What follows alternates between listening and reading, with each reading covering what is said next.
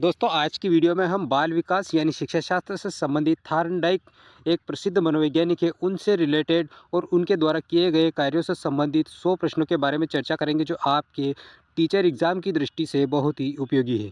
बढ़ते अपन सीधे पहले प्रश्न की ओर। पहला प्रश्न है दोस्तों आज का हमारा, थार्नडाइक किस देश के निवासी थे? तो दोस्तों थार्नडाइक अमेरिका के रहने वाले थे। थार्नडाइक का जन्म कब हुआ था? तो 31 अगस्त 1874 को थार्नडाइक का जन्म हुआ था और थार्नडाइक ने शिक्षा मनोविज्ञान के क्षेत्र में सर्वाधिक कार्य किया। थार्नडाइक को किस सिद्धांत का जनक माना जाता है? तो थार्नडाइक को ट्रायल एंड एरर लर्निंग सिद्धांत का जनक माना जाता है। थार्नडाइक के अनुसार सीखना किस प्रकार की प्रक्रिया है? तो दोस्तों इस SR प्रकार की प्रक्रिया है, स्टिमुलस रिस्पॉन्स प्रकार की प्रक्रिया है थार्नडाइक के अनुसार। अगला प्रश्न, थार्नडाइक किस मनोवैज्ञानिक विचारधारा से प्रभावित थे? तो दोस्तों वो व्यवहारवादी विचारधारा से सर्वाधिक प्रभावित थे। थार्नडाइक ने सीखने पर प्रथम विस्तृत प्रयोग किस प्राणी पर किए? तो बिल्ली पर प्रयोग किया था थार्नडाइक के द्वारा। और थार्नडाइक किस प्रयोग उपकरण का प्रयोग किया था? तो उन्होंने बिल्ली के लिए उन्होंने पजल बॉक्स का प्रयोग किया था।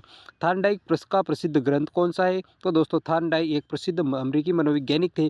उनका एक प्रसिद्ध ग्रंथ था एनिमल इंटेलिजेंसी नामक एक पुस्तक थी। मानव अधिगम के वैज्ञानिक अध्ययन का श्रेय किसे जाता है? तो दोस्तों मानव के सीखने के संबंध में वैज्ञानिक अध्ययन का श्रेय थार्नडाइक को जाता है। अगला प्रश्न, ट्रायल एंड एरर का अर्थ क्या होता है? तो दोस्तों प्रयास व भूल के माध्यम से सीखना ट्रायल एंड एरर का अर्थ है। दोस्तों ट्रायल एंड एरर में सीखना किसके द्वारा होता है? तो दोस्तों इसमें बालक या कोई व्यक्ति कई बार प्रयत्न के द्वारा सीखता है, यानी कई बार प्रयास करता है। थार्नडाइक के सिद्धांत में किस प्रकार का व्यवहार देखा जाता है? तो दोस्तों यादृच्छिक व्यवहार देखा जाता है। ट्रायल एंड एरर के अनुसार सही प्रतिक्रिया कब मिलती है? तो दोस्तों लगातार गलत प्रयासों के बाद सही प्रयास होता है ट्रायल एंड एरर के दौरान। ट्रायल एंड एरर में पशु किससे सीखता है? तो दोस्तों सफल प्रतिक्रिया से सीखता है पशु ट्रायल एंड एरर। अगला प्रश्न, ट्रायल एंड एरर किस प्रकार की सीख है? तो दोस्तों ट्रायल एंड एरर एक प्रकार की यांत्रिक सीख होती है। ट्रायल एंड एरर के अनुसार दोस्तों एक प्रकार की ये यांत्रिक सीख। थार्नडाइक के अनुसार सीखने की गति किस पर निर्भर करती है? तो थार्नडाइक के अनुसार सीखने की जो गति होती है वो प्रयासों की संख्या पर निर्भर करती है। ट्रायल एंड एरर सिद्धांत का मुख्य आधार क्या है? तो दोस्तों कुल मिलाकर इसका मूल आधार सफलता प्राप्त करना है। ट्रायल एरर को किस नाम से जाना जाता है? तो दोस्तों इसे प्रयास एवं भूल की विधि के नाम से भी जाना जाता है। थार्नडाइक का ट्रायल एंड एरर को इसे प्रयत्न एवं भूल का सिद्धांत भी कहा जाता है। किसने कहा सीखना अभ्यास का कार्य है? दोस्तों सीखना अभ्यास का कार्य है, ये परिभाषा थार्नडाइक की है। थार्नडाइक ने प्रारंभ में कितने नियम दिए थे? तो दोस्तों थार्नडाइक ने 3 नियम दिए थे प्रारंभ में। 3 नियम कौन कौन से थे थार्नडाइक के अनुसार? तो तत्परता का नियम, अभ्यास का नियम और परिणाम का नियम। 3 नियम दिए थे, तत्परता का, अभ्यास का और परिणाम का। किसे मूल नियम कहा जाता है? तो दोस्तों परिणाम का नियम को मूल नियम कहा जाता है। तत्परता का नियम किससे संबंधित है? तो दोस्तों ये सीखने की तैयारी करने से संबंधित है तत्परता का नियम। अभ्यास का नियम क्या बताता है? तो दोस्तों दोहराव सीख को मजबूती प्रदान करता है, ये अभ्यास का नियम बताता है। अगला प्रश्न, परिणाम का नियम किससे को प्राथमिकता देता है? तो परिणाम का जो नियम होता है वो सफलता को प्राथमिकता देता है। दोस्तों वीडियो पसंद आ रहा है तो लाइक और चैनल को सब्सक्राइब करना मत भूलिएगा।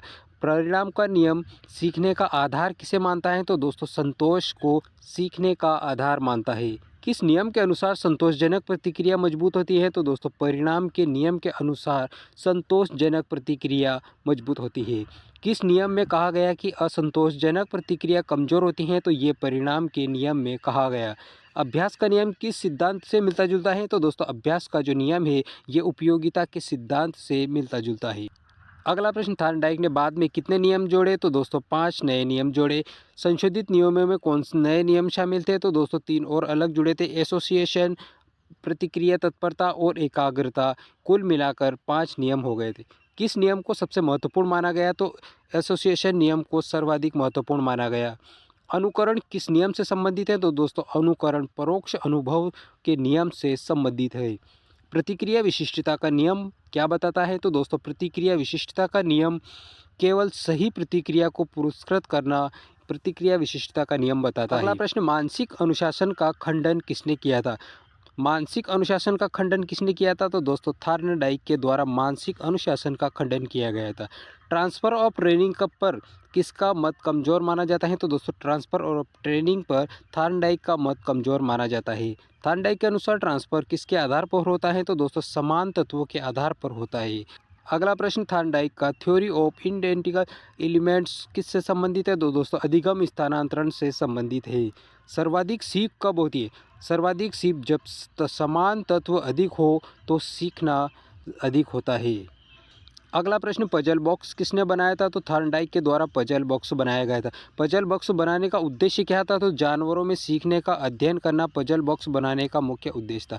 दोस्तों अगर आप किसी भी टीचर एग्ज़ाम की तैयारी कर रहे हैं तो ये सारे प्रश्न थार्नडाइक से संबंधित आपके टीचर एग्ज़ाम में आने की पूरी संभावना रहेगी। प्रयोग में बिल्ली को क्या करना होता है? तो दोस्तों प्रयोग थार्नडाइक के द्वारा जो प्रयोग किया गया इसमें बिल्ली लीवर के बटन को दबाकर बाहर आती है। बिल्ली शुरुआत में कैसा व्यवहार करती है? तो यादृच्छिक व्यवहार करती है बिल्ली शुरुआत में।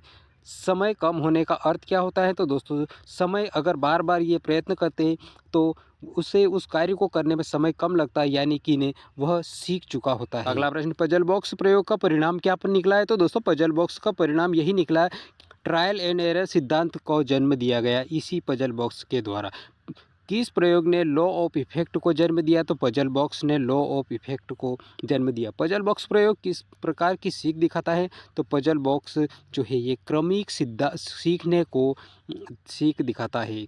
पजल बॉक्स किस अधिगम वर्ग में आता है? तो दोस्तों पजल बॉक्स परीक्षण वर्ग आधारित वर्ग में आता है। पजल बॉक्स में सीखने की वक्र कैसी होती है? तो दोस्तों घटती है पजल बॉक्स वक्र में, क्योंकि बार बार का प्रयत्न करने से वो गलती करने की समस्या कम से कम होती जाती है। अगला प्रश्न, थार्नडाइक का एसआर बॉन्ड सिद्धांत किससे संबंधित है? ये उत्तेजना प्रतिक्रिया से संबंधित है एसआर बॉन्ड का सिद्धांत। बुद्धि को थार्नडाइक ने किस रूप में देखा? तो दोस्तों बुद्धि को थार्नडाइक महोदय ने कौशल के रूप में देखा। और थार्नडाइक के अनुसार बुद्धि 3 प्रकार की होती है। कौन कौन सी बुद्धि होती है? अमूर्त बुद्धि, सामाजिक बुद्धि और यांत्रिक बुद्धि। 3 प्रकार की बुद्धि बताई है थार्नडाइक महोदय ने। थार्नडाइक के अनुसार सामाजिक बुद्धि का अर्थ क्या है? तो दोस्तों दूसरों को समझना सामाजिक बुद्धि है थार्नडाइक के अनुसार। दोस्तों वीडियो पसंद आ रहा तो लाइक, चैनल को सब्सक्राइब और शेयर जरूर कर लीजिए। अगला प्रश्न, थार्नडाइक का टेस्टिंग मूवमेंट से क्या संबंध था? प्रारंभिक योगदान था दोस्तों टेस्टिंग मूवमेंट से संबंधित। थार्नडाइक किस प्रकार के मनोवैज्ञानिक है? दोस्तों ये प्रायोगिक मनोवैज्ञानिक है थार्नडाइक। थार्नडाइक को कौन सा पुरस्कार मिला? तो दोस्तों एपीए पुरस्कार प्राप्त हुआ इन्हें, थार्नडाइक को एपीए पुरस्कार।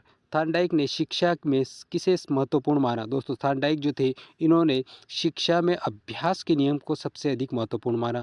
थार्नडाइक के अनुसार सीखना कब स्थायी होता है? तो दोस्तों दोहराव से अधिक सीखना स्थायी होता है, अधिक समय तक लंबे समय तक याद रहता है दोहराव के द्वारा सीखा गया। अगला प्रश्न, स्कूलों में रटने के स्थान पर किसे प्रोत्साहित किया जाना चाहिए? तो दोस्तों व्यवहार आधारित सीखने को प्रोत्साहित किया जाना चाहिए स्कूलों में रटने के स्थान पर। थार्नडाइक के अनुसार पुरस्कार की भूमिका किस प्रकार की होती है? तो दोस्तों सीख इससे मजबूत होती है पुरस्कार से। दंड का प्रभाव सीख पर कैसा प्रभाव पड़ता है? तो दोस्तों दंड से कमज़ोर होने का प्रभाव रहता है। थार्नडाइक ने शिक्षक को क्या बताया? थार्नडाइक के अनुसार शिक्षक को उन्होंने प्रोत्साहन का स्रोत बताया है। थार्नडाइक ने टीचर को। सीखना धैर्य की प्रक्रिया है, यह किसने कहा था? दोस्तों सीखना धैर्य की प्रक्रिया है, परिभाषा जो है थार्नडाइक महोदय की है। अगला प्रश्न, थार्नडाइक के अनुसार सीखने का मुख्य तरीका क्या है? तो थार्नडाइक के अनुसार सीखने का मुख्य तरीका अनुभव है। शिक्षा में समान तत्व सिद्धांत का उपयोग कहाँ है? तो दोस्तों ट्रांसफ़र में होता है। अभ्यास का नियम कहाँ उपयोगी है? तो दोस्तों कौशल विकास में अभ्यास का उपयोगी नियम होता है। परिणाम का नियम किसके लिए ज़रूरी है? तो परिणाम का नियम नई आदतें बनाने के लिए ज़रूरी है। थार्नडाइक का सिद्धांत सबसे बड़ा लाभ क्या है? तो दोस्तों ये एक व्यावहारिक इसका परिणाम देखने को मिलता है। अगला प्रश्न, ट्रायल एंड एरर का व्यवहार किस स्तर पर उपयुक्त है? तो दोस्तों ये निम्न जीवों पर उपयुक्त है।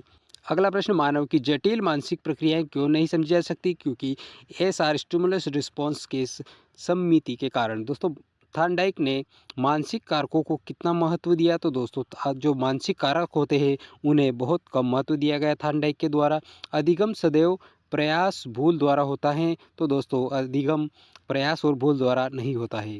रचनात्मकता को थॉर्नडाइक के सिद्धांत में स्थान है, तो दोस्तों रचनात्मकता को थॉर्नडाइक ने सीखने के संबंध में कोई स्थान नहीं दिया। अगला प्रश्न, भाषा सीखने में यह सिद्धांत बहुत कमज़ोर है। थॉर्नडाइक का भाषा सीखने के लिए ये सिद्धांत कमज़ोर माना गया है। अंतर्दृष्टि के सिद्धांत का विरोधाभास किसने कहा? तो दोस्तों अंतर्दृष्टि के सिद्धांत का विरोधाभास गेस्टाल्टवादियों ने कहा। थॉर्नडाइक के अनुसार सोच क्या है? तो दोस्तों सोच एक यांत्रिक है।